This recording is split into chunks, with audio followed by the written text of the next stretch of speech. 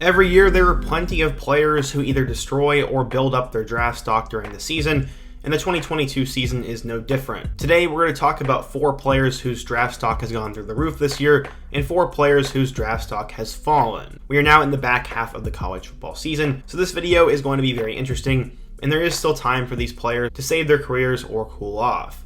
But before we get started, we're nearly 5,000 subscribers away from 100K, so be sure to help me out by hitting that subscribe button, leave a like if you want to support the video, turn on notifications so you never miss when I upload, and let me know down below a player, topic, situation, anything I could cover next. Now, let's get started. So the first player I want to talk about is Hendon Hooker. He's probably been the most talked about player in college football lately, and it is for good reason. Coming out of high school, Hooker was a low-end 4-star recruit and originally decided to go to Virginia Tech. After not playing in 2018, Hooker would start on and off in both 2019 and 2020, and while he showed decent potential, he didn't have out-of-this-world numbers and looked to transfer to save his career.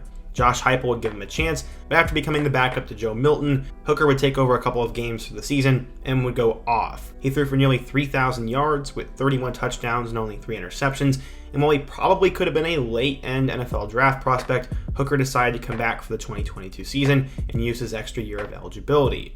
It would end up paying off in a big way for him, as so far through this year, he has 2,338 yards with 21 touchdowns and only 1 interception. Not only is he putting up big numbers, but he's not turning the ball over, and he has insane wins. The Volunteers are currently undefeated, and they have beaten multiple ranked teams. Hooker is playing with a lot of confidence, his skill set is on full display, and he's now playing his way into the back half of the first round.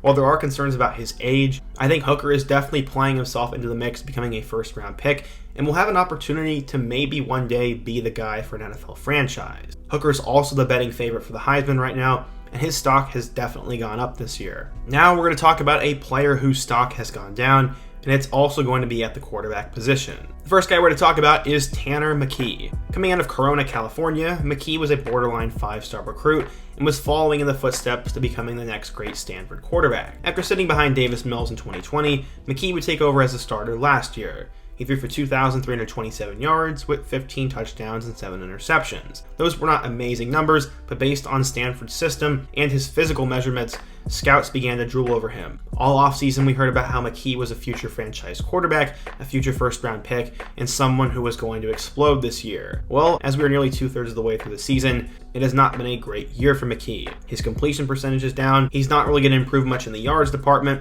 he has less touchdowns, and he already has the same amount of interceptions. So far, he has 1,972 yards with 11 touchdowns and 7 picks, and he's not winning a lot of games, he's not as efficient as before, and he's not putting up the numbers that many expected. Still though, I think a team will take a flyer on him, because based off his physical tools, many believe he can develop into an NFL quarterback. For now though, McKee's stock is down. The next player whose stock is up is named Charlie Jones. Coming out of the Chicago area, Charlie Jones did not have a single Power 5 offer. He'd end up having to go across the country to play for Buffalo, and in his first year there, he would catch 18 passes for 395 yards and 3 touchdowns. This alone was not going to make him a draft prospect, as he was pretty low on the depth chart at Buffalo, and he was playing for a smaller school. That's why he decided to take a chance and take a walk-on opportunity at Iowa. He'd start to play during the 2021 season, where he'd catch 21 passes for 323 yards and 3 scores, and also return kicks and punts. Charlie Jones was a guy who had insane athleticism, but would need to go to an offense where he could actually use his skills. That's why he decided to join his childhood buddy, Aiden O'Connell. After Purdue had recently developed both Rondale Moore and David Bell, they would need a new number 1 receiver, and Charlie Jones would transfer there. Everyone expected Milton Wright to be the star wide receiver for Purdue this year, but he was kicked off, and Jones has taken that role. So far, he has 72 catches for 840 yards and 9 touchdowns, and he's top 5 in nearly every receiving category. Jones has elite speed, he has great production, and he seems to be a workaholic, which is why many scouts are starting to get higher on him. He went from a guy who probably would not have even gotten an undrafted deal to someone who could maybe go as a day 2 pick now. I'm excited to see how Jones finishes the season, and props to him for increasing his stock. The next guy we're going to talk about is a tight end.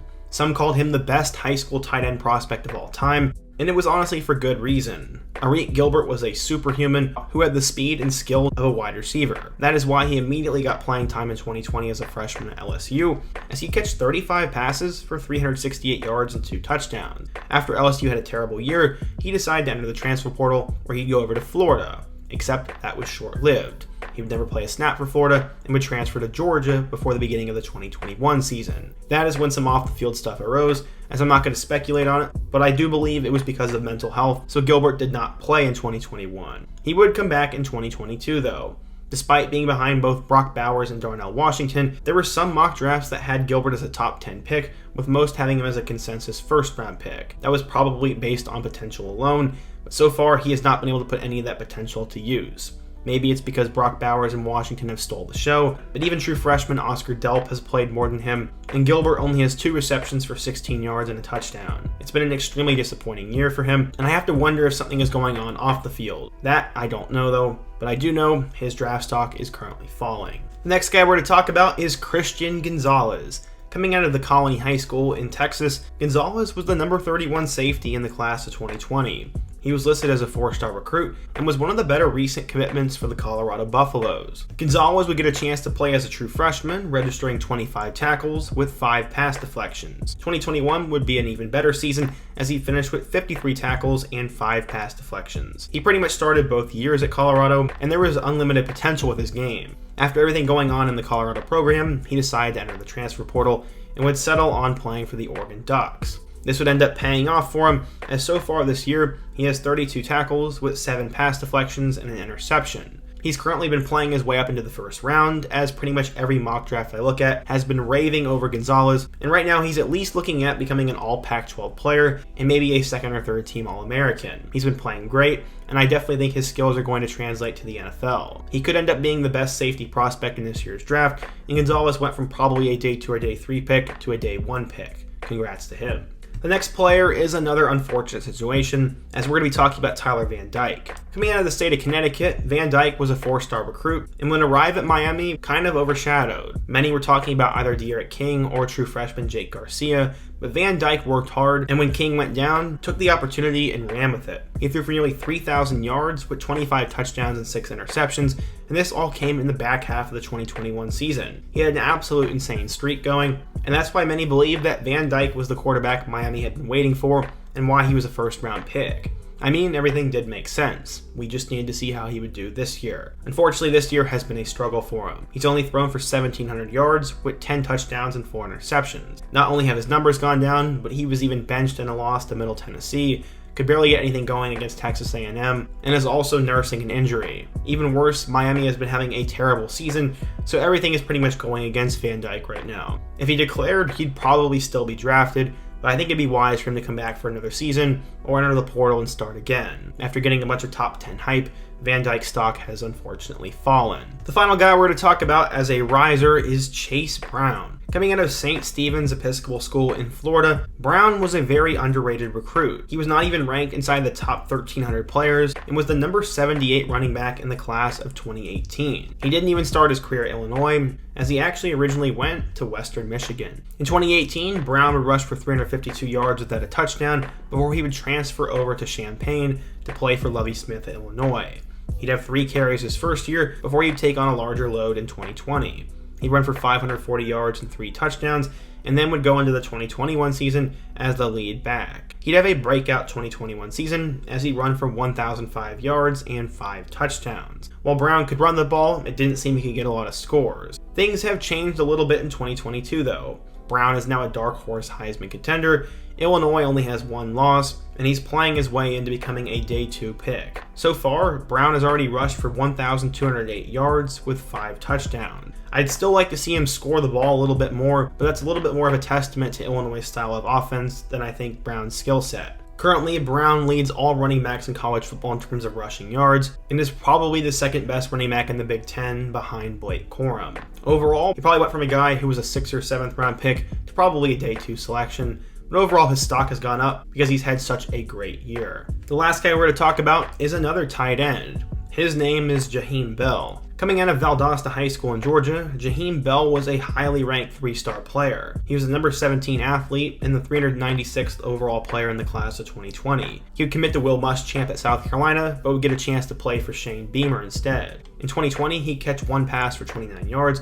and then in 2021, he'd catch 30 passes for 497 yards and 5 scores. Bell had pretty good numbers for a tight end, had extreme athletic potential, and many believed he was on pace to becoming one of the best tight ends in college football for 2022.